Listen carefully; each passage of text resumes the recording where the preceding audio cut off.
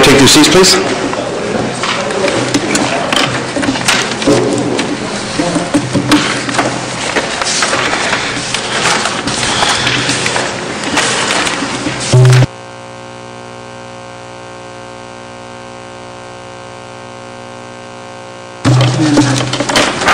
Yeah, that's what happens when you go on vacation. Good evening, Madam Clerk. It is 3 minutes after 7. We are in Council Chambers for a special Council Public Planning meeting, Wednesday, April the 8th. Councillors, declarations of pecuniary interest, please. Seeing none, Madam Clerk, may I please have a motion to approve the agenda as circulated? Councillor Abel, thank you. Councillor Maracas, second. Comments or questions on the agenda? All in favor? Carried. Thank you. I have a statement that I read at the opening of public planning meetings. Welcome to Aurora's public planning meeting. Can you turn that down a bit, Samantha? Thank you. The purpose of the public meeting is to inform the public and obtain input regarding the comprehensive zoning bylaw review and the interim control and proposed zoning bylaw pertaining to medical marijuana production facilities. No decision on either of these applications will be made tonight. For each item that is considered tonight by Council, the following process will occur. Town planning staff will outline the purpose of the item being considered. Following the presentations, members of the public will be invited to offer their comments or concerns respecting this proposal. Town will then answer your questions. Once we've heard from members of the public, I will ask members of the Council if they have any questions or comments. It should be noted that a comprehensive report will be prepared and presented to a future General Committee meeting assessing the merits of the items before us tonight and providing Council with recommendations for considerations. It's very important that the town receive the correct names and addresses of individuals having an interest in the item tonight.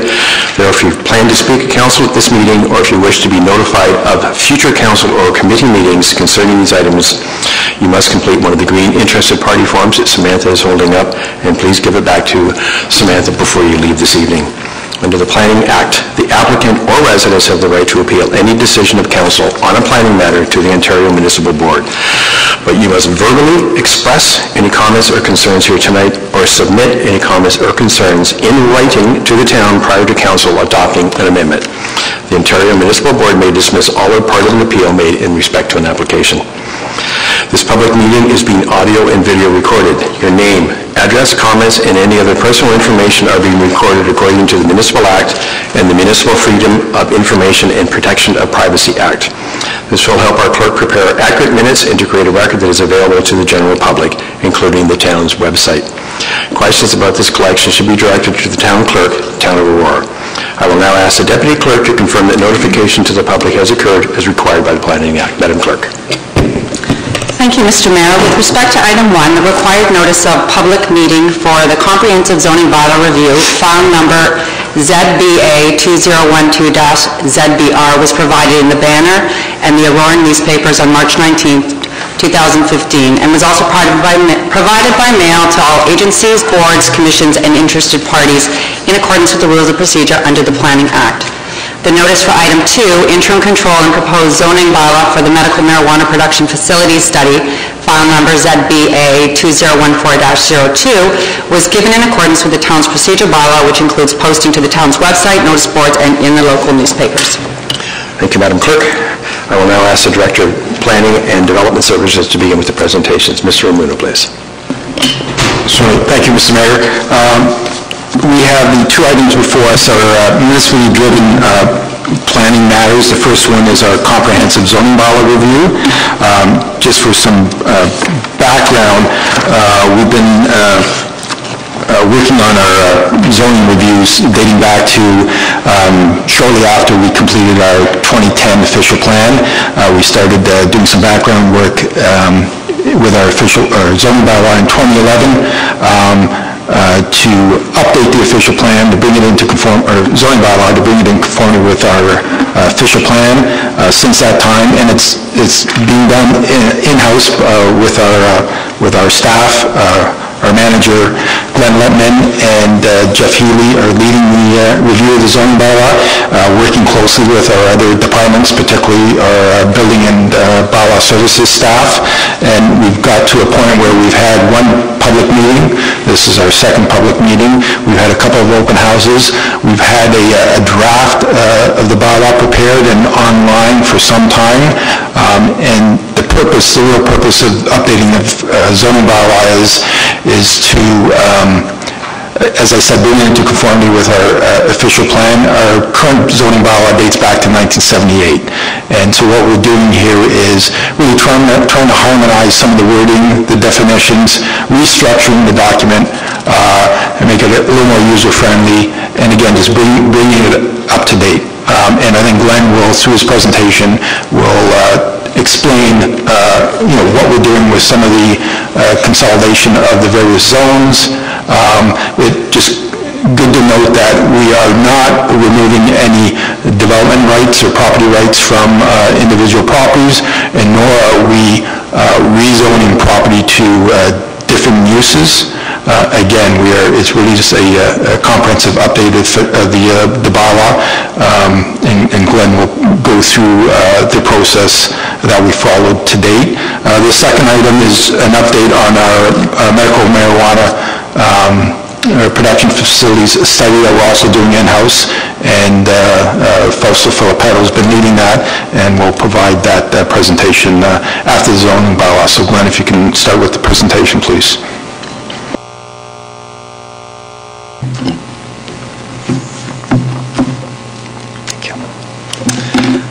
Thank you and good evening. This, as Marco has indicated, this is a planning meeting to review the comprehensive zoning bylaw, ZBA 2012 ZBR. I'll go over what it is we've undertaken to date very briefly and go through the sections of the bylaw, which hopefully will help outline our process to date, and certainly we look forward to comments from the public, which will help us through our review. The zoning bylaw regulates the development and uses of all lands within the town of Aurora, and all the zoning bylaw provisions are regulated under Section 34 of the Planning Act. The zoning bylaw is a planning tool to help implement the goals and policies of the town's official plan. It sets standards and the associated mapping separates lands into various districts and categorizations for residential, commercial, employment, open space, environmental protection zones. The zone standards themselves address the types of permitted uses, appropriate lot frontages, areas, setbacks of buildings, general provisions such as bylaw definitions, parking standards, and enforcement criteria. And these standards provide legal enforceable regulations to ensure that the town's development and maintenance standards are upheld across the municipality.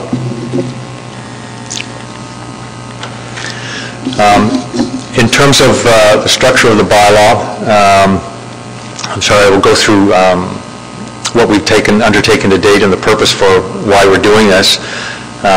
Section 26 sub 9 of the Planning Act calls for all zoning bylaws to be brought into conformity with the official plan within a period of 3 years after the adoption of the official plan. Our official plan was approved by the Region of York in September of 2012.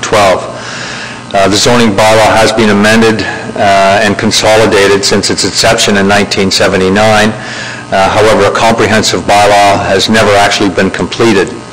The goal of the review, as Marco has indicated, is to update the current standards, incorporate new standards where appropriate, and apply current progressive planning regulations.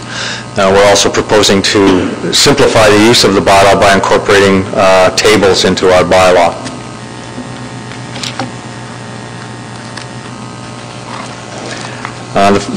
Under the general provisions and definitions, the first provision that we've had to go through in some detail are the definitions. And the purpose of our review here is to eliminate multiple definitions that we currently have within the site-specific and area-specific zoning bylaws. We're also proposing what we are doing is reviewing and revising and update existing definitions where appropriate, where we're having some challenges with those and have had for some time. And we're adding new definitions that are not currently defined in our bylaw. Under general provisions, we propose to revise and update the existing general provisions where appropriate and where issues have become evident for clarity. and these come up on a daily basis with our Building and Bylaw Services Department. We propose to delete or amend any outdated provisions. For example, we have quite a few provisions for farming uses, and quite a few provisions for air conditioners and heat pumps that were an issue many years ago, and we will bring those into newer standards. We propose to add new general provisions in our bylaw, such as municipal servicing requirements and drive-through provisions, which we don't have currently. We also have reviewed and update to our parking standards, and we're proposing to consolidate parking standards into one section. They're currently throughout the bylaw, and we want to make sure that through our review that these standards are consistent with other urban municipalities across the GTA for proper parking provisions. Under the residential zones, we propose to currently harmonize the residential zones and residential site-specific zones into various residential categories, which will identify in a more systematic way what the minimum lot frontages and lot areas are of lots. Currently, our R2 provisions provide for approximately 450, our residential provisions provide for about 450 site-specific zones, and that's strictly the structure of the bylaw. We propose to put these into zone categories, and as I mentioned, use tables for some user-friendly ease of use. We're proposing 6 single detached residential zones, 1 semi-detached, 2 townhouse, 1 mixed-use density, and 2 apartment zones. We will consolidate the residential exception zones where warranted, and we're creating the performance standards table of requirements which are up to date with current planning standards. Under our commercial zone structure, we propose to reduce the current zoning table from 10 down to 5. And now this is more in consideration to our hierarchy that we've prepared under the official plan, which sets out the commercial structuring under convenience commercial, service commercial, neighborhood commercial, community commercial, major retail, and residential commercial, going from the smaller uses up to the larger uses. We will need to expand and eliminate permitted uses as required, which are consistent with the provisions of the official plan. And we want to make sure that all uses in the bylaw are properly defined. And again, we will harmonize the numerous site-specific exceptions in the provisions of the bylaw. Our past nomenclature has been to use industrial zones or M zones. We propose to recategorize that into an employment zone provision, which is more in keeping with current standards and processes. And we will consolidate all those M zones and business park zones into a structured set of criteria. And these will include light service, employment, general employment, and business park zones. We'll also be we've reviewed the performance standards to reflect the official plan provisions, and we note that most of those provisions will remain, including the business park provisions. I think the largest change that we're proposing to the bylaw, which I feel is very progressive in terms of moving the municipality forward, is with respect to the Aurora Promenade. The map that I'm sure all council are familiar with, it shows all of the different promenade designations from the official plan, which is the downtown shoulder, downtown promenade focus, promenade general, and upper downtown areas.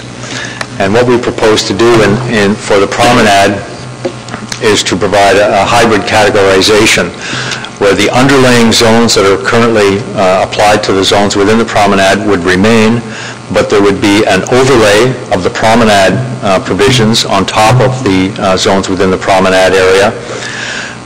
The underlying zones that currently exist apply to residential, commercial, open space, employment, and institutional. These would remain. And what would happen is with the overlay of the promenade provisions is we would allow the additional uses that are currently outlined in the promenade provisions of our official plan. This will ease in understanding as to how, what uses would generally be permitted in the area, and would certainly be something that would be consistent with the provisions of the official plan. It would also eliminate a lot of uncertainty for property owners as to what lands can be used for, as they would be clearly laid out in the zoning bylaw. The site-specific zoning provisions will have to be reviewed, and where appropriate, prohibited uses or standards would have to be deleted. There would be new parking standards, which would reflect the parking policies of the promenade plan as well. That is also being proposed through our review. And I note that the one area where we do not propose to apply the promenade policies is through the on employment lands that touch onto the areas of the promenade, and the reasons for that is explained in the staff report. Is it would just be a wide range of uses that would be permitted, and would take away council's ability to review those uses and also deal with compatibility matters. They can still be dealt with certainly on an application basis as they come forward. The open space and environmental protection zones are pretty much remaining intact. They're simply going to be recategorized into currently we have an open space zone. We're going to put that into a public open space and a private open space zone, and the environmental protection zone would remain. The one area that we're going to be improving on the bylaws in consultation with the conservation authorities, where we have a natural hazard overlay in our zoning, on the zoning bylaw mapping now, that will show where the flood mapping is and any natural hazards that have been identified by the Conservation Authority. It is strictly an identification. It does not rezone lands. This is strictly an identification for property owners that they are within a natural hazard area, and would refer them to the Conservation Authority for reference. The Oak Ridges Moraine Zones, we do not propose to make any changes to the Oak Ridges Moraine Zone. That particular area has been dealt with by council through other provisions and remain intact. Mapping, we have not finalized our mapping to date, but because of the amount of workload that goes into that, we certainly want to produce a mapping that is consistent and accurate. That mapping will be available within, I would say, the next month, and the mapping is critically important to the provisions of the bylaw. We are going to be we've looked at where there's errors in boundaries, and those areas have been corrected. And as I mentioned, we're including the natural hazard overlay mapping, and the Oak Ridges Marine mapping remains the same. With respect to exceptions, this is really more an administrative matter, but currently we have about 700 exceptions to our zoning bylaw. They're scattered throughout the structure of the bylaw, and what we want to do is put them in a table at the end of the bylaw, so they can be properly categorized, and they would be happen in a chronological manner, which would help a user-friendly approach to the bylaw as well. We've received public comments to date. We've had 12 comments from residents. These are written comments that we've received as staff, not just comments that we've had at the open houses and the public meetings. We've received comments from 12 residents, 2 business owners, and 6 stakeholders. Of note are comments that have been made by the Region of York with respect to provisions for expropriations. We're aware of that, and we're addressing that matter. We've also received comments from public and private utilities who are looking to make sure that their utilities are maintained. We've also received comments from Ontario Restaurant, Hotel and Motel Association. This has to do primarily with drive-through provisions, and we've heard also from Canadian Fuels trying to protect their provisions with respect to gas stations. In conclusion, staff will continue to review the zoning bylaw, addressing any the outlined matters in our staff report and comments received from council and the public. We've had peer review comments from Bob Lehman and Associates, who's been very helpful and very experienced on providing zoning bylaw information. His comments have actually said that our bylaw is being well done. It's simple, it's structured, it's straightforward, the use of tables, so we're happy to hear that we're certainly on the right track. And a third draft of the bylaw will be made available and put online, and as I mentioned, the mapping will be available within approximately 1 month's time. Staff recommend that a comprehensive report with recommendations and options be presented for consideration and direction at a future council meeting. And below on this is the website link where our bylaw and all the bylaw information is provided, and that information is also identified in the staff report. Thank you, Mr. Mayor. Thank you very much, Glenn.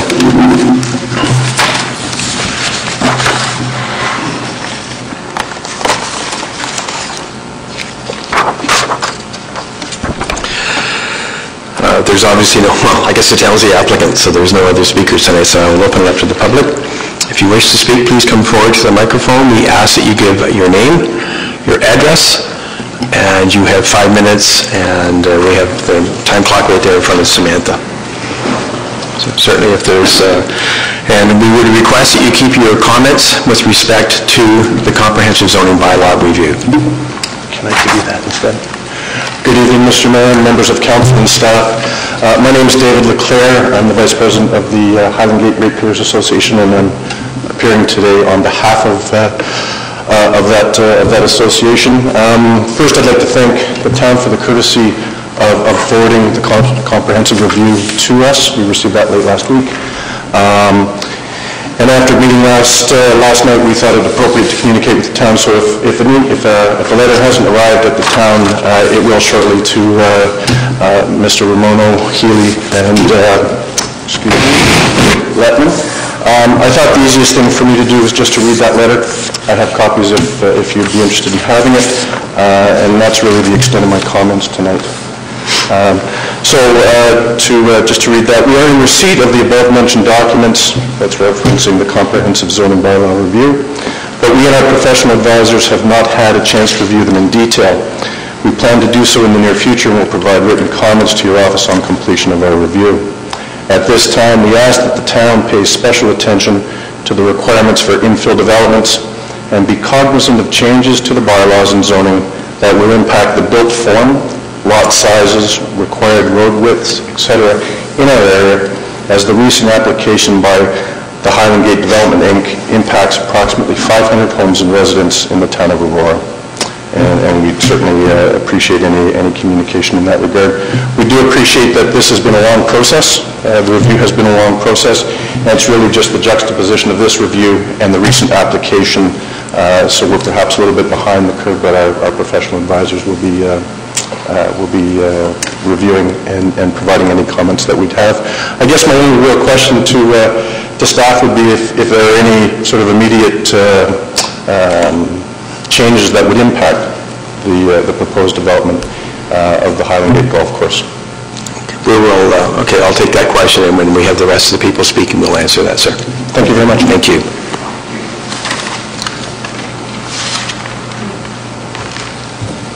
Anyone else, please?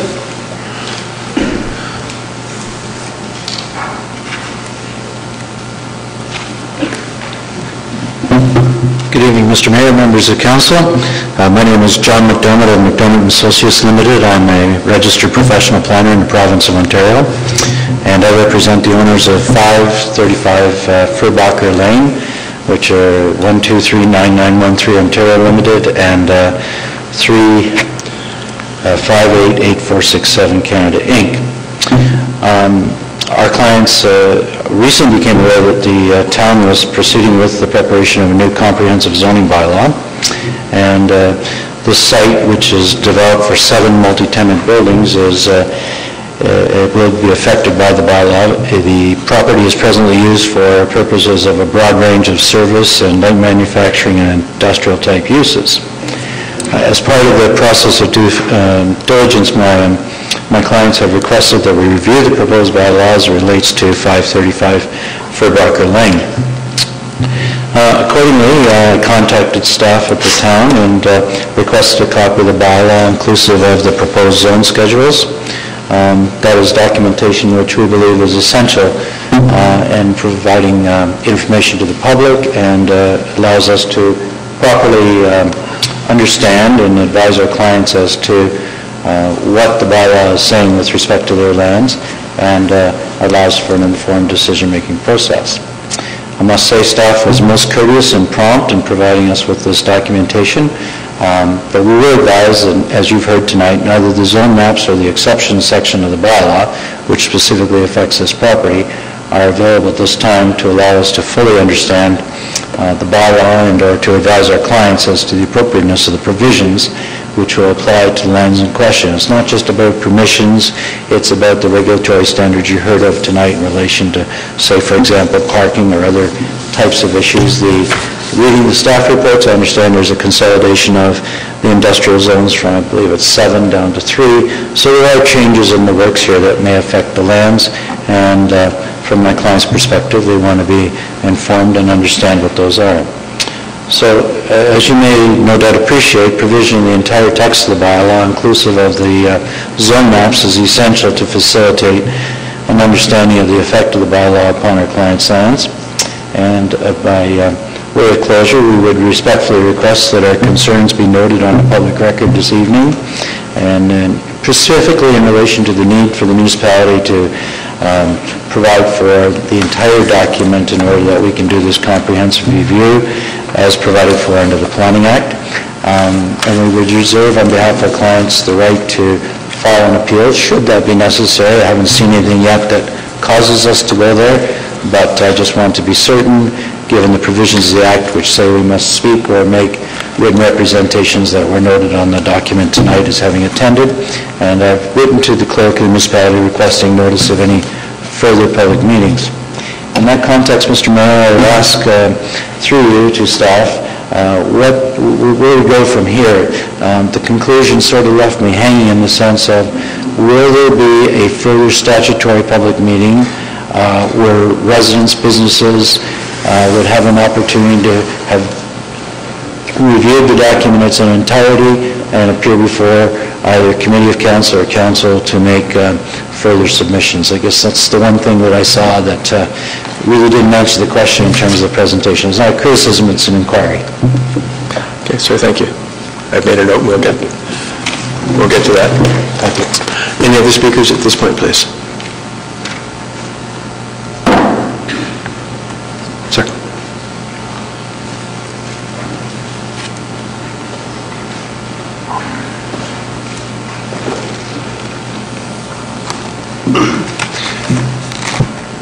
Good evening, Mr. Mayor, members of council. My name is Robert Miller. I'm with the firm of Reuter Scarborough Bennett LLP, and I represent York Region and York Region Rapid Transit Corporation. As Mr. Letton mentioned, we've been involved in this process now, I think, since late 2013. We appeared at the last public meeting. The comment that he referred to in his slide is one that we sent in. I'm not aware of whether the correspondences that were sent to the town are in your package, so I did bring extra copies of our letter, but our concern is with one provision only, and it's in the general provisions, and it's number 4.2.5, and it's entitled Effective Expropriation or Road Widening. It's commonly referred to as a deeming provision, and as you know, York Region Rapid Transit Corporation is currently implementing the Viva transit system in York Region along Highway 7 and along Yonge Street, and then on Davis eastward to the hospital. And it's being constructed in segments, as you're aware, and eventually it will be coming through Aurora. And there may and probably will be some property requirements involved in that project. And so this section is of critical importance to the region. It deals with how a property that has been subject to an expropriation or a road widening is treated in terms of zoning compliance.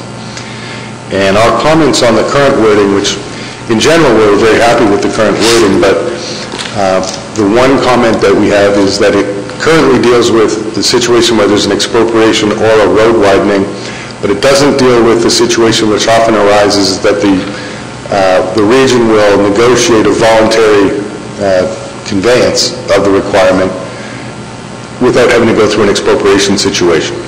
So we have, in our letter, proposed wording that would clarify that this deeming provision does deal with that situation, and we've met with staff on a couple of occasions, and we've corresponded with them on numerous occasions, and those conversations have gone quite well, and I think we're all on side on that point, and that I think they would be, not wanting to speak for them, but I think they understand the reasoning of that position. The other wording changes that we suggested deal with the words, the way the section currently reads is it says, where the dimensions of a lot are reduced by an expropriation or road widening, such reduction shall not prevent the use of the lot for a purpose or in such manner, semicolon, and a building or structure may be erected, altered, or used thereon as would have been allowed for the lot as it existed prior to such expropriation or road widening. So it's deemed that the expropriation didn't happen when you look at the development standards applicable to the lot. We just wanted it to be clarified that it applies to all the development standards. And you understand from Mr. Letman that your staff refers to those as performance standards, so there may be a little wordsmithing with our wording, but I think in general we're in agreement as to the proposed clarification. The third change is a situation which isn't contemplated by the section, and that is, how do you deal with existing site plans and site plan agreements with regards to sites from which land has been taken?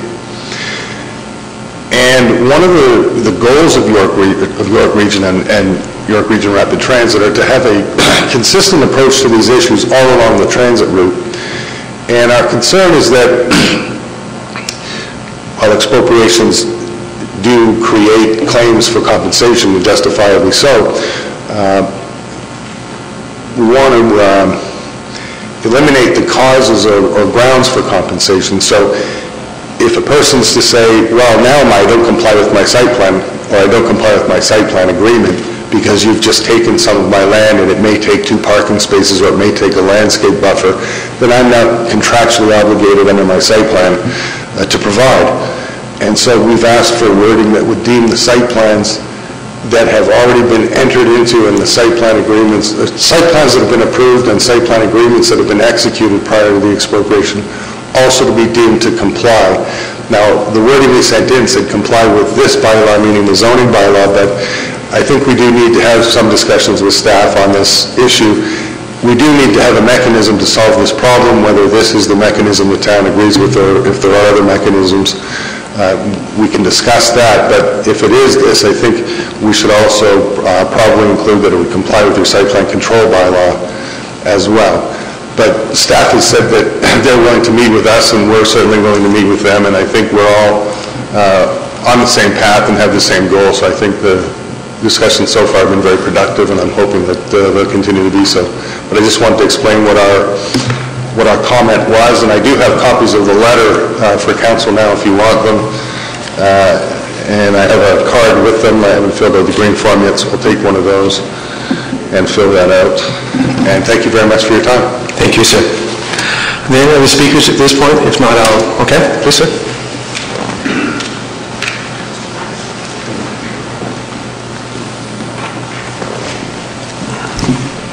Good evening. My name is Tino Petrosi. I'm a resident at 10 Highland Court. I'd like for the public record to raise an objection to the proposed zone change from R1 to R2. Specifically, you have under the performance standards on page 5 on the table, you say that the new residential zone derived from existing R1 zone with a 20-meter lot frontage. I believe the current R1 zone specifies a 30-meter frontage. I'd like to see that maintained. There are residents that live on streets, specifically our street, Highland Court, Kennedy, Doty, George Street, where our property values are ascertained from having large lots, and any development in adjacent lands to our properties where perhaps this new proposed zoning might be in effect, could affect property values in terms of the density derived from that. So I'd like to point that out and for the public record make that statement. If this moves forward, I'd like to get a better clarification of how the town or the planning department proposes to, in terms of criteria, have the exceptions to these zones as you've listed in the R1 to maintain R1. So I'd like to have some clarification on that as well, as to what they consider the exceptions for those zones. That's it. Thank you, sir. Thank you. Mr. Miller, I'm going to ask you to, we've got 4 questions. Any immediate impact on the Highland Gate area with the gentleman representing Furbarker Lane, I think specifically was interested in what the next steps are, whether or not, I guess, is coming back to the public planning meeting. The gentleman representing York Rapid Transit with respect to expropriation, and the last gentleman was change of R1 to R2, with specifically in the area of Highland Court. Certainly. To you, Mr. Mayor. With respect to the effect of the zoning review, there will be no effect on the former Highland Gate Golf Course. We are not proposing to rezone those lands. There is a separate planning applications that have been submitted, as most residents are aware of, official plan and zoning bylaw and plan of subdivision applications. So the current Highland Gate Golf Course has an open space zone, and that is going to stay the same. The only recategorization is identify it as a private open space category. The official plan also designates those lands as open space. So those, that development is proceeding by way of privately submitted development applications. With respect to the Furbarker Lane, we have been speaking to Mr. McDermott, and I think I'll get Glenn to explain at the end how the exception zones are going to work. So again, the zoning on that property in that industrial area will not be, we are not proposing to change it, nor are we proposing to change any of the development or performance standards with respect to parking rates or lot coverage, but we will explain. I'll have Glenn explain how we're dealing with the exception table once I'm done. With respect to the next steps, the report I have in front of council includes a recommendation to, should council choose to direct us to bring forward a final draft of the zoning bylaw to a future council meeting. But before council directs us to come back to another meeting, as Glenn mentioned, we will have a final draft and with all the schedules and exception tables available on our website within the month. So that'll be available for review, and we'll continue to meet with any of the residents or stakeholders should they have any questions where we can clarify any questions they may have.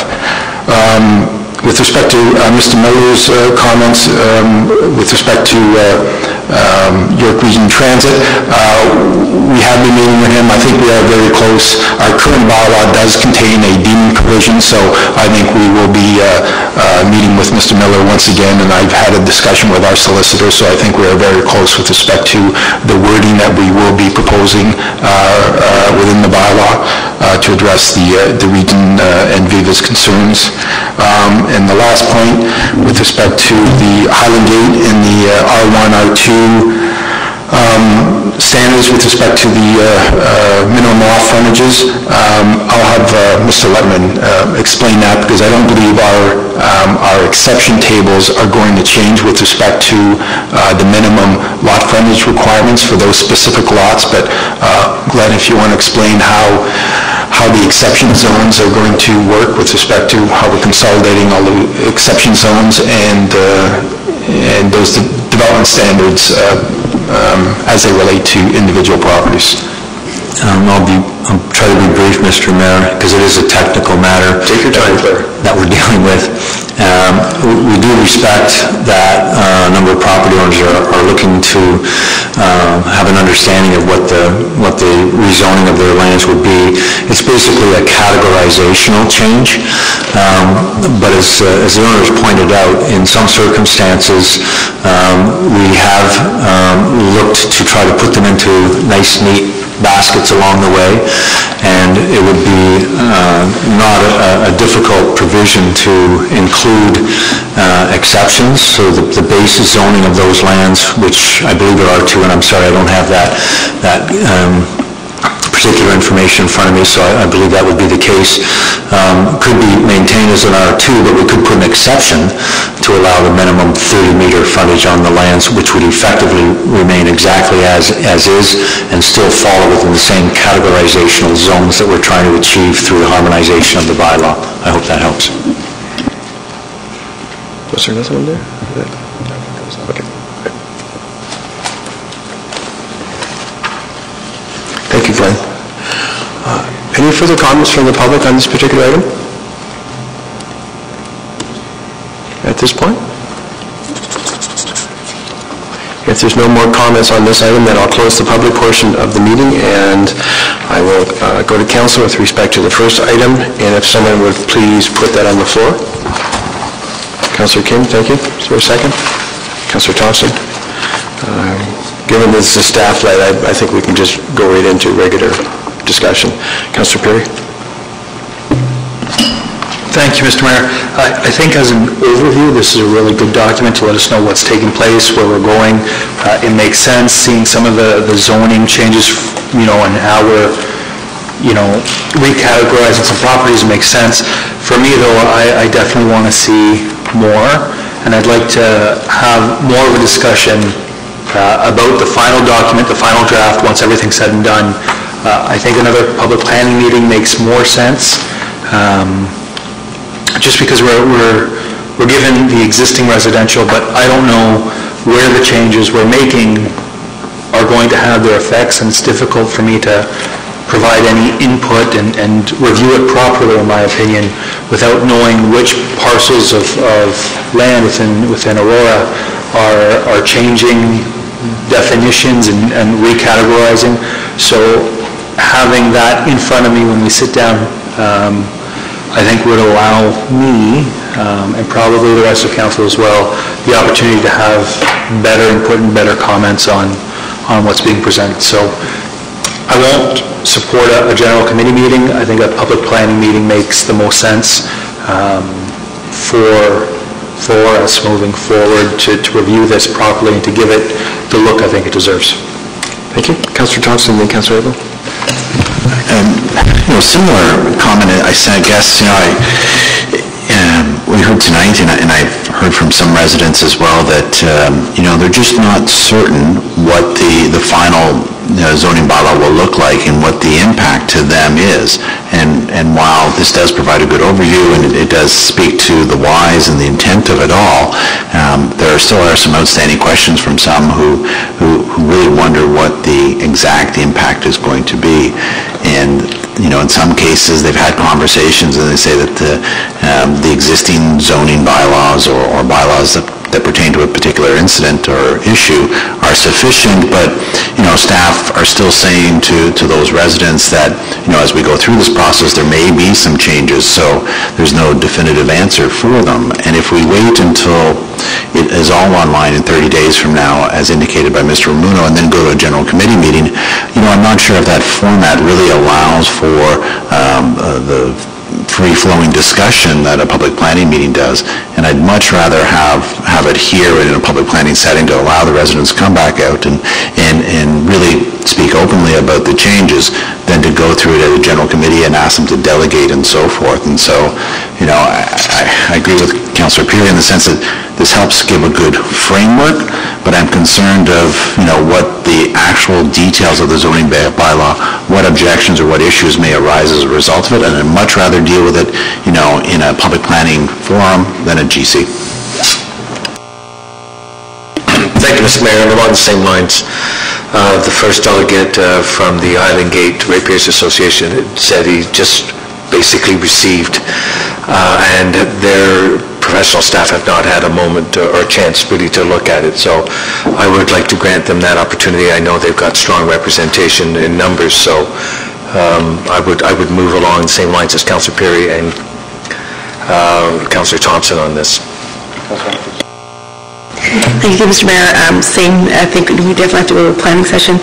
Just a couple of questions. I heard in the presentation earlier that there was, in the current bylaw zoning, that there's over 700 exceptions. Can I just get a little clarification on that in terms of what that means, and will the new rezoning, I guess, put into the meter table? That's possible? The exceptions have been incorporated into the 1978 bylaw since that time, and they include every breadth that you can imagine. Some are very restrictive, some are overly restrictive, which is what we've found in our review, and some make sense.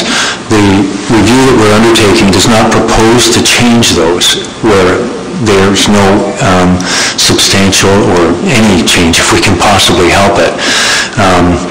We're hoping to reduce those by putting those exceptions into the categories properly where we can, eliminating, as I mentioned, unnecessary provisions, and hoping getting it into a more usable document. The exceptions will continue to happen. They happen every time we come forward if there's specifics to use or changes, but we feel we're being able to cover those under our current review of the bylaw at this time. Great, thank you. And just one other question, or maybe a comment, Mayor Daw, through you.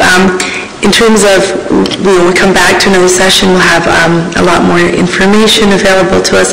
Will we also have a communication plan on what the rezoning means to specifically impacted areas? I'm just wondering how we're going to communicate that once we get through this. I think there'll be a lot of good work being done, but it will impact several businesses or residents. Can I get a little bit of a feedback? Sure, through you, Mr. Mayor. I appreciate the comments and the concerns, and I think moving forward, over the next month, we will have another draft prepared with all the schedules and the mapping, so then people will be able to see the actual zone maps on a map and how it affects, how it's identified on a particular property. So that will occur within the month. And if council directs us to another public meeting, we won't schedule a public meeting. We'll allow residents sufficient time, another month or two, to review the complete bylaw and maps and have those discussions with staff before we come back to another public planning meeting, and we'll then try and address any comments that we've heard from our residents. And the public planning format will provide residents, again, another opportunity to voice any concerns that they have, and we'll do our best to try and address or clarify any comments that we hear. Councillor Evans? I'm sorry, Councillor Gardner? I'll come back to you, sir. Thank you, Mr. Mayor, and I agree with the comments made at the table so far. I like it coming back to another public planning meeting. I just have a few questions on the actual report. Through you, Mr. Mayor, to Mr. Ramuno. Mr. Ramuno, on page 6 of the report, with respect to the apartment densities, the RA2 is going to go to the RA1. So could you just speak to, they must be two different densities at the moment. What's going to happen with that? Mr. Miller? Through you, Mr. Mayor, again, we are just renaming some of those zones as part of the consolidation, but the uses or those development standards won't change for those for that apartment zone. And Glenn I'm not sure if you have that handy, or Jeff. In our zoning bylaw, the development standards or performance standards for some of these zones, specifically the apartment zone, really speaks to setbacks, parking, height. I don't believe those current zoning standards have what we know as densities or units per acre. It really deals with our general development standards regarding height, parking, landscape, buffers, and again, the actual principal use being an apartment building. Thank you. So the densities will, any densities that are in place will remain in place? Mr. Miller? Yes. Thank you. Sorry. With respect to the promenade on page 8, the first paragraph, it says prohibited or incompatible permitted uses or standards will be deleted from the new zoning standard. So just to clarify that, what is in use now will be allowed to stay in use now? Mr. Miller? Through you, Mr. Mayor, yes. I can give you an example. We do have, and we've heard from the association representing the service stations. We have a number of service stations along Yonge Street. So those, once we overlay the promenade zone along that Yonge Street corridor, which will permit the mixed-use uses, retail, office, residential above. But where we have existing service stations that have existing site-specific zoning that permit that specific use, we're not proposing to change that. There are other instances where there are uses proposed on properties that are currently developed with other uses, and we are looking at whether some of those uses that are currently permitted by those zoning bylaws, whether they're still relevant for that site. Follow-up for you, Mr. Mayor, and if they're not relevant, if there was a change of, if they're not relevant, what do we do about it going forward? Mr. Mayor? To you, Mr. Mayor, our intention, again, to bring this in conformity with our promenade secondary plan is, when we do report back, the promenade zone will have a wide range of uses, again, being the residential retail uses, but it may not include some of those historic zones that haven't been used for that specific property.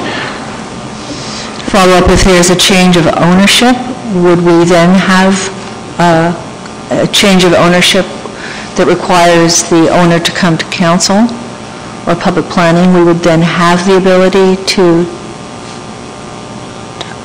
change that existing use to something more appropriate? You follow that? Through you, Mr. Mayor, not sure I understand, but we're not really dealing with the current users. It's the use. Again, we've been at this for a long time, so we've been hearing from some property owners, stakeholders, the restaurant industry, the service station industry. So some of those industries are plugged into the zoning review, as they are always plugged into these reviews as they occur throughout municipalities in the province.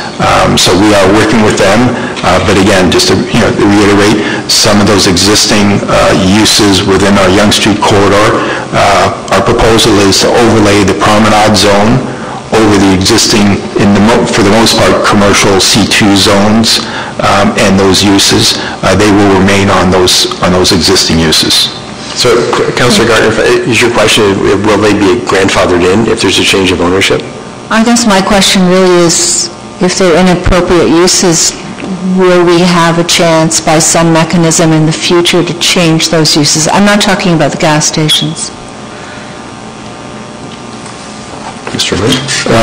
Thank you, Mr. Mayor. Again, regardless, once we do approve a zoning bylaw, as Glenn has mentioned, there will always be, owners will always have the ability to submit zoning applications to council to request a change on a specific property, and we'll review those when they come in.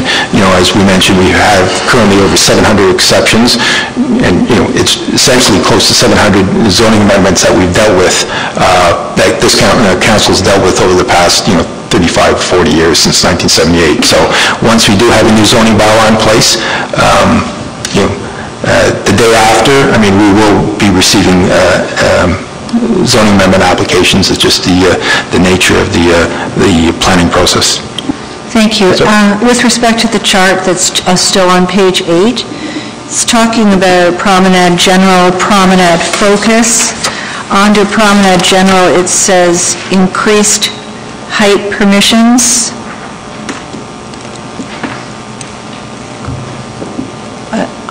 Could you just clarify what that means, please? Certainly, through you, Mr. Mayor. Again, we've got those 5 promenade designations in our promenade secondary plan with a range of heights from 3 to 7, including bonusing. And so I think that is what is meant by that table. So we're proposing the 5 related promenade zones within the zoning bylaw, and we will be implementing those development provisions that are currently in our official plan, specifically the heights ranging from 3 to 7. Thank you. Through you, Mr. Mayor. So there's no proposed change in heights? Mr. Mayor? No, they'll be consistent with our current promenade secondary plan. Thank you. Just a couple more questions. With respect to that property on the northeast corner of Bayview and St. John's Side Road, where the McDonald's drive-through was proposed, that is zoned at the moment, I believe, local commercial, or maybe neighborhood commercial? Which, northeast corner of St. John's and Leslie? Bayview. Bayview, I'm sorry? Right here. Through Mr. Mayor, yeah, that is zoned rural. The official plan designation is commercial, so again, we're not proposing to change the zoning of that property. They have their own private zoning amendment application before us. Thank you very much. I know this has been a lot of work. Thank you very much to you and your staff for doing that work, and look forward to hearing more. Councillor Maracas, I believe. Thank you, Mr. Chair. I'm pretty much in agreement with everyone around the table. I think we need to see some more information and come back to a future public planning meeting. Just kind of have one comment, and possibly, I guess it could be thought of as a question. I guess I'll use it as an example on page 6, the table. I'm just curious, when we do finally get the final document, looking at it as it is right now, it can be quite confusing. See, when you look at the bottom 3, and you have, I'll use the example that Councillor Gardner brought up, when you have to me it looks like we're combining the RA1 into one with RA2. And I'm just wondering, in the final document, if we could possibly, in that table, show the differences from one side to the other, so everyone can get kind of a clearer picture of what's actually changing and what's getting combined. And I just think that would be a more easier read for everyone, and the public included. Mr. Moon, I don't know if that's... To you, Mr. Mayor.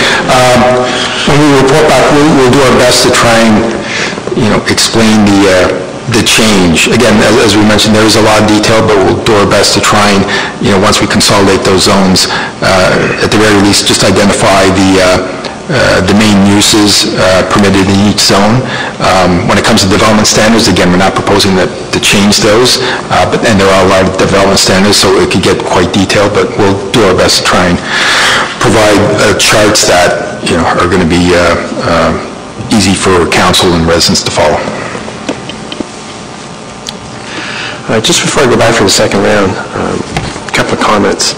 I know that I've had the opportunity to visit Mr. Letman the odd time at his office, and it's an incredible amount of work. For those who haven't been through Mr. Letman's office, you should go up there someday. There's, the concept of the paperless office, I don't think it exists anywhere in the world, and it sure doesn't exist here. It's an incredibly complex, and it's a many page document. This is but a very slight view into the zoning bylaw. And so I'm wondering, Mr. Lamuno, if there's another way, over and above a public planning meeting, a workshop approach that we can actually have just a bit of a different view into this document that Mr. Letman and his team have been working on. I think I would certainly find it beneficial. I would suspect that others would as well. To Mr. Mayor, that's a good point. I think this suggestion would be, prior to coming back to another public planning meeting, once we have the final draft prepared with the schedules, I think perhaps we can hold another open house where we can just have staff available, various maps and charts available for members of the public to come in and take a look and ask questions. Thank you, sir. I have, for a second time, I have Councillors Abel, Curley, and Thompson. Thank you, Mr. Mayor. I appreciate your comment. It is a lot for us to take in, and I would appreciate more time and more depth. And maybe I'll learn a bit more, but it pertains to what is going to happen in the Highland Gate, because that's very impactful for a lot of residents. And it's the R1 density and R2 density, and we touched on it briefly with the gentleman from Highland Court, I believe. And he was, I think the gist of it is if there's 30-foot lots and you're extending a street into the new development. 30 meter. 30 meter, thank you. 30 meter, then you would want conformity to an exception. I think Glenn was saying we could provide an exception in that case to make sure that the new ones are 30 meter. But it would provide, if they were adjacent and not a street, it could be to 20 meters. But we would have to specify, and I just sort of want to make sure I understand that if that's the case, through you, Mr. Mayor, and I think now would be the time to have that discussion as we're going into the development process. Mr. Miller, you care to comment? Through Mr. Mayor. Again, we can certainly meet with the resident who spoke on Highland Gate, and again, we aren't, even though we're proposing to change the zone classification, we aren't going to change the zone development standards. With respect to the planning applications before us, they are proposing, rezoning of those, redesignating those lands from private open space to residential use, and rezoning those lands from the current open space zone to a residential zone. And the applicant has submitted, proposed zoning, but that's something that staff is looking at, and moving forward, we'll evaluate those applications, and again, we'll be presenting those to the application to residents and council at a future public meeting. Thank you very much. Councillor Perry, Councillor Thompson. Thank you, Mr. Mayor. Based on some of the comments around the table, I think it might make sense. I know for myself, when the region's solicitor was up, I thought it was a little bit odd that he would be there, because ultimately the region is the deciding body on this, and then I remembered that that's for an official plan review and not for a zoning review. So I think it might make sense, based on some of the comments around the table, just to go over the difference and the intents behind an official plan review as well as a zoning bylaw review, because I think that might be one point that people are missing tonight, and some of the questions from the residents make more sense in the context of a zoning, in more sense of an official plan review, because during that process is when you change uses, but during the zoning bylaw review, we're just basically changing the definitions. So I think Mr. Amuno could probably say that a little bit more eloquently than I could. So if we could just have a definition or an explanation for the difference between the two processes. Mr. Amuno. Certainly, through you, Mr. Mayor. Yeah, no, it's a good point to just explain the difference between our zoning bylaw and our official plan.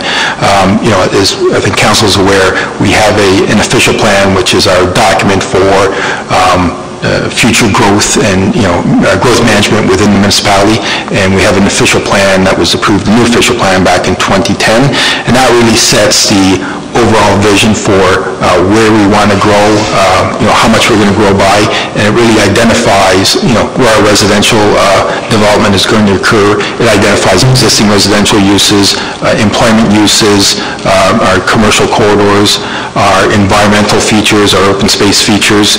So it is really a broad document that sets those policies for, managing growth moving forward.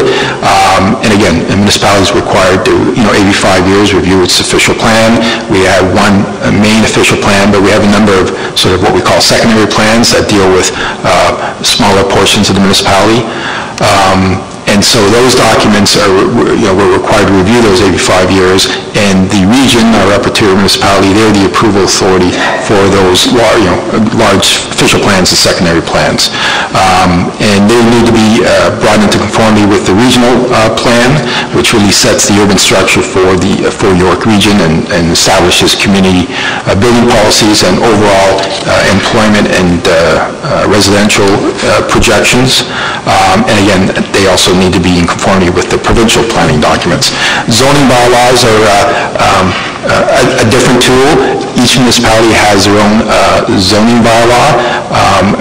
Council enacts their own zoning bylaw.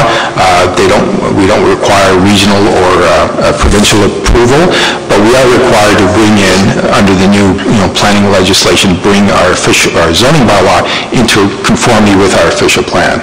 And so that's the process we're going through now, and it's obviously a good time to do it because, again, as you've heard, our zoning bylaw really hasn't been reviewed comprehensively. It dates back to the late 70s. The zoning bylaw really regulates specific uses on individual parcels of land. So again, we've got a number of categories: residential, employment, industrial, commercial, and again, environmental zones. And with respect to development standards or performance standards, those are a lot of those provisions that you hear about with respect to in a specific residential zone category. It identifies the type of residential use, whether it's a detached townhome or semi-detached, and along with that, the bylaw outlines a number of provisions with respect to the height of the building, the amount of lot coverage, landscaping requirements, parking requirements, in addition with, as well as with employment and employment zones. So it's a policy document that's very specific and detailed with respect to regulating the use of properties throughout the municipality. And again, once council passes a zoning bylaw, amendments to amend the zoning bylaw, that's an available process for property owners in town to submit an application to amend the zoning bylaw, and that requires another public process, and those applications are reviewed by staff and then considered by council after public consultation. Councillor? Thank you, and just as a side, we are currently actively working towards a new official plan now that York Region has finalized theirs in 2014. Mr. Mayor, yes, our official plan was adopted by the council in 2010, approved by the region in 2012. The region had a new official plan as well in 2010. 5 years has passed, and they're in the midst of reviewing their official plan and doing a municipal comprehensive review. They're working with the 9 municipalities, and they're starting off with population and employment forecasts in response to the provincial growth plan amendment, and we are scheduled to initiate our official plan review in 2016. Perfect. And Mr. Mayor, I would make an amendment now that we change in the wording from general committee meeting to... Okay, I'm going to ask you to hold it. I've got 2 more speakers, and I will come back to you for that. I've got 3 more speakers. But I can't just make an amendment? Well, around the table. Well, I'll just let the 3, and then I'll come back to you for the amendment. That way we'll carry on. Councillor Thompson, Maracus, and then Councillor Kim. Thanks, Mayor Dahl. If I can just go back to an issue that Councillor Abel raised with regards to the R1 and the R2 and the change from the 30-meter frontage to the 20-meter frontage. Well, my sort of impression of it too was it not just so much of a concern to some of the existing plans that are in place, but going forward, what does that mean for the potential for infill or development? Could somebody assemble some properties and then divide them up so they each have 20-meter frontage, or if somebody has 40 meters could do it, so that, you have an area where everybody's having large frontages or large lots, and that change could mean down the road the potential for future development whereby smaller lots and homes are there, so you have a much more dense area. And so if you could provide some insight into whether there's a potential for that by having that change. Mr. Mayor? Certainly. Before I answer, if I can just get Glenn or Jeff just to read out the R1 and R2, what uses are, what building form is permitted, and what the lot frontage and lot area are for those 2 zones. Jeff has a copy of the existing zoning bylaw, which I think is being referred to, so that might be a good way to start with what the R1 and R2 provisions are currently. And Jeff, perhaps you can just give a brief overview while you're speaking as to how we got to why it's gone from 30 to 20 in this particular instance. Excellent, thank you, Mr. Letman.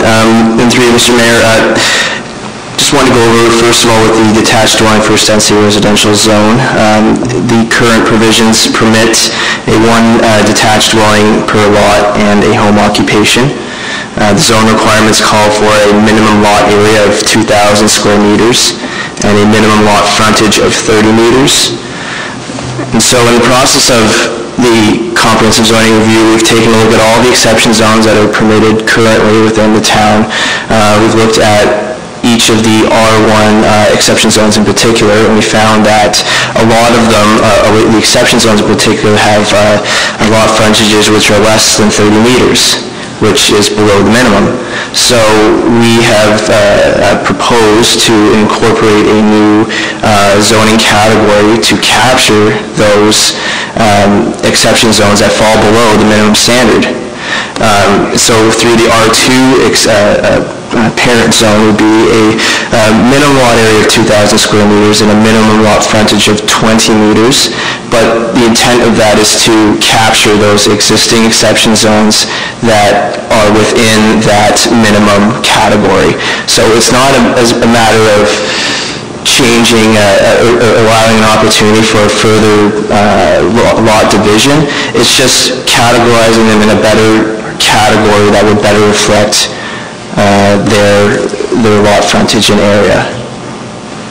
And that's great. I really appreciate that explanation, because to me then it becomes more of a housekeeping issue, right, for conformity as opposed to being a potential issue down the road. Because I mean, obviously we always want to, especially in stable neighborhood areas, look at compatibility. So I appreciate that answer. And then just really my second point is that, I agree the comprehensive zoning bylaw is quite a large document. On my iPad it's 700 pages, and so it is a huge task to look at the changes going forward. And so I appreciate in the report whereby you tried to simplify it and identify it in a table format, some of the differences or the proposed changes. But I'm hopeful that as we go forward, that some of it can be expanded.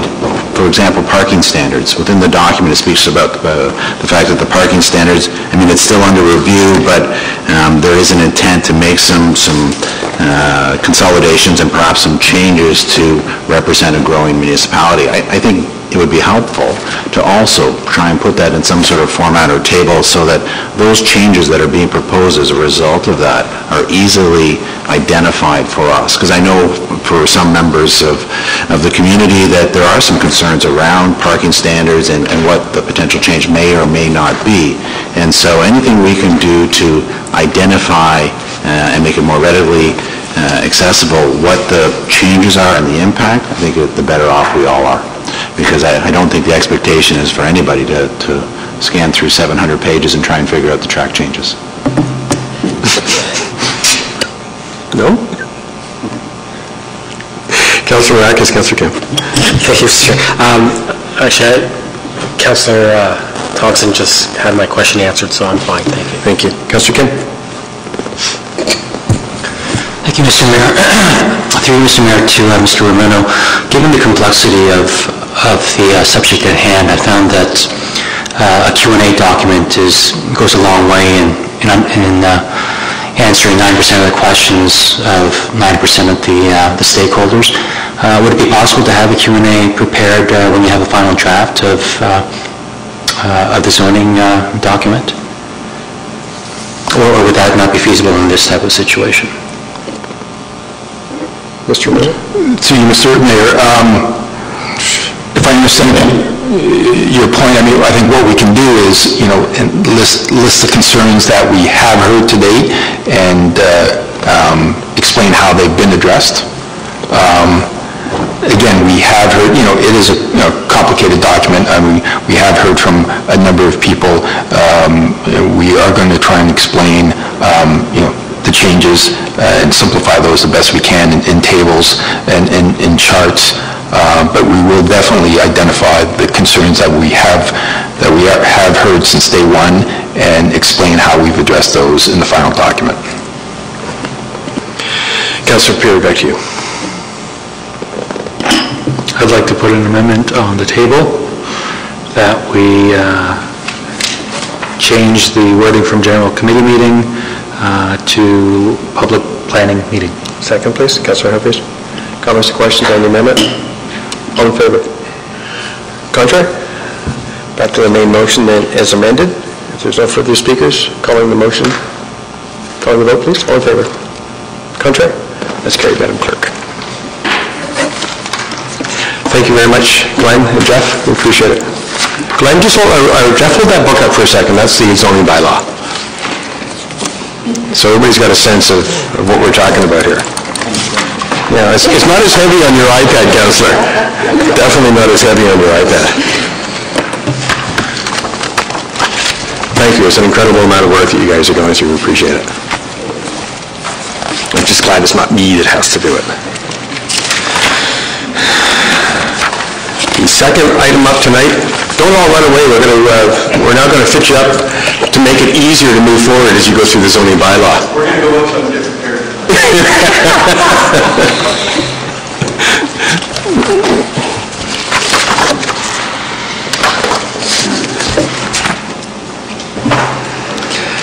Mr. Removal, please. Sonia, thank you, Mr. Mayor. Next up is our report and our report on our study of the medical marijuana production facilities, which we did in-house. Fausto Filippetto, our policy planner, conducted a review of the medical marijuana facilities, compared some other municipalities, the work other municipalities have done, and this is in response to the new regulations that the province issued in 2014 that regulated these type of facilities. And so, as you'll hear from Fausto's presentation and our report, we completed the study and we've identified a couple of areas in town where we feel we could establish provisions related to the location and operation of medical marijuana production facilities for council's consideration. So, Fausto?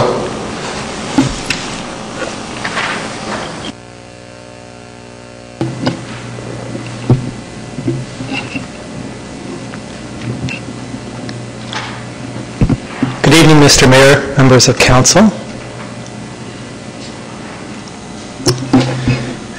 The marijuana for medical purposes regulation came into force on April 1st, 2014. It replaces the old regulation which allowed qualified individuals to grow marijuana in their homes. The new regulation was enacted as a result of enormous growth in that program, which led to concerns over safety and security from various stakeholders. Under the new regulation, licenses are only granted to commercial producers. It includes permission to grow the plants, as well as for the production, shipping, and selling of the product. On May 27th of last year, Council passed an interim control bylaw to prohibit the use of the town's employment lands for medical marijuana production facilities for a period of 1 year.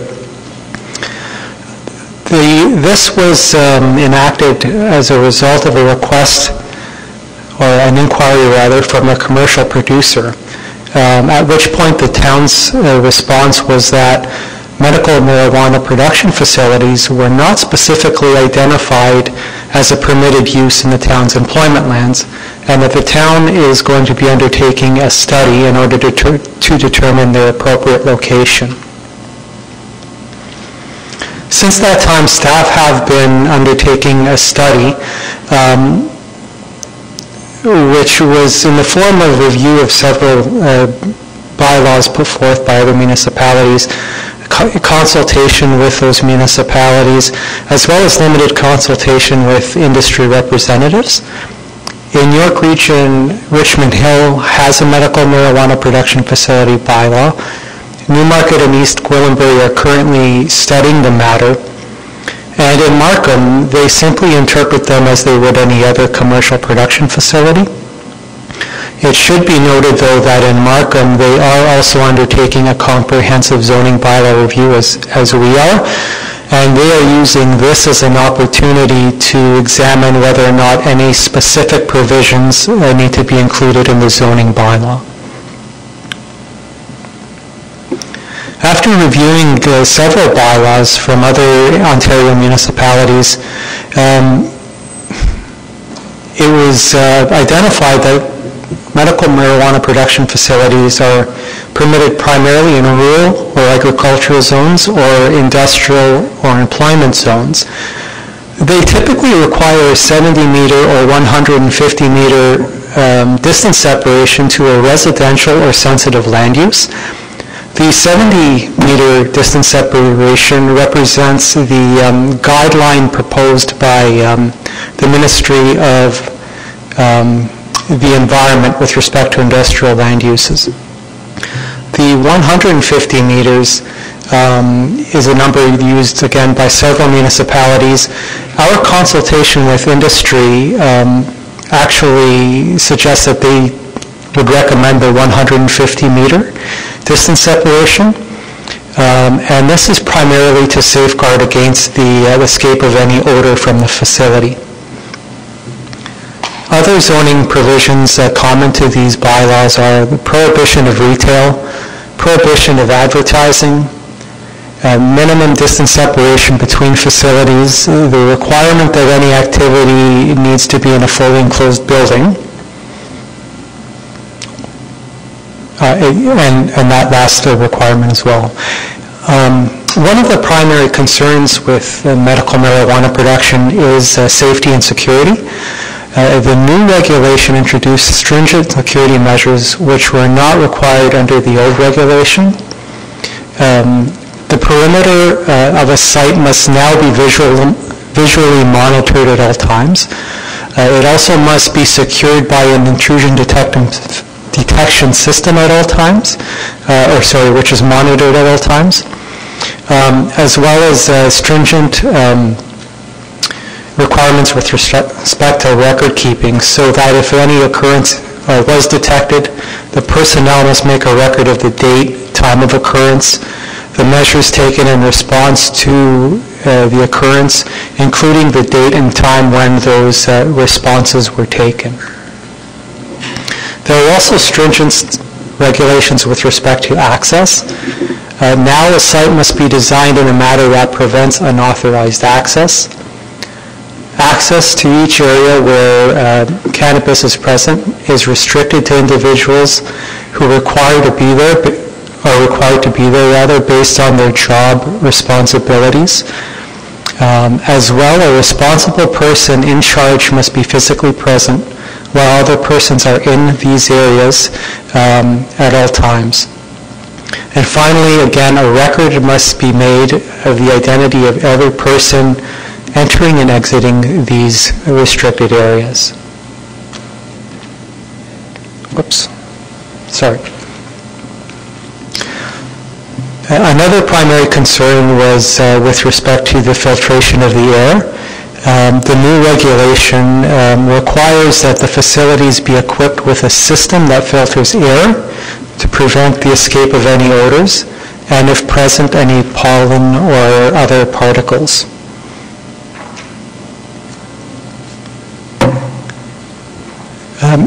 In the process of doing our study and examining many other bylaws on this subject matter, staff have put together some zoning provisions which are likely to be included in a draft bylaw that would be put before council at a later date. And the first provision proposed was the 150-meter distance separation to a sensitive land use. When you apply that 150-meter distance separation, it then leads to really only one location in town that makes sense in terms of locating a medical marijuana production facility, and that location is the Highway 404 Business Park. The exception to this is the Industrial Parkway South area and Englehart area, as identified in the staff report. Having said that, though, staff have identified the Highway 404 Business Park as the preferred location because of the fact that it is a greenfield development area and also because of its strategic location. Other provisions which are likely to be included in a draft bylaw are the 150-meter distance separation between facilities, the requirement that a lot containing a facility is not permitted to be used for any other purpose, the prohibition of on-site retail, the requirement that all activities associated with the facility are required to be carried out in a wholly enclosed building, the prohibition of outdoor storage, and also the requirement that loading spaces be located in a wholly enclosed building. And again, just to highlight, these are provisions that were selected based on best practices that we found during the course of our research. In conclusion and recommendation, therefore, it's staff recommendation that Council direct us to draft an implementing zoning bylaw for their consideration. Of course, taking into consideration any outstanding issues or any issues identified at the meeting tonight. Thank you. Thank you, Fausto.